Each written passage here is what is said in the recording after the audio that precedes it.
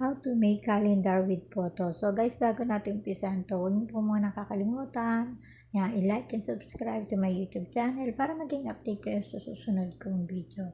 Tara guys, umpisan na natin. So una guys, punta tayo sa Google.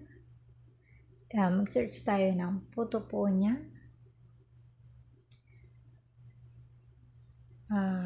Click natin yan guys. I-click natin ang calendar. Makikita po natin year 2025. Choose file. Maglagay tayo ng photo from gallery.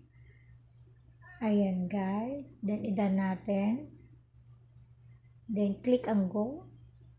And few minutes guys, lalabas ang ating calendar. Ayan guys. Kung makita i-download natin yan, click yun taas. And guys, nag-ano siya, downloading. Ayan guys, lumabas na. So, sana po may natutunan kayo. And don't forget, subscribe to my YouTube channel. And more blessing to all. Thank you, thank you.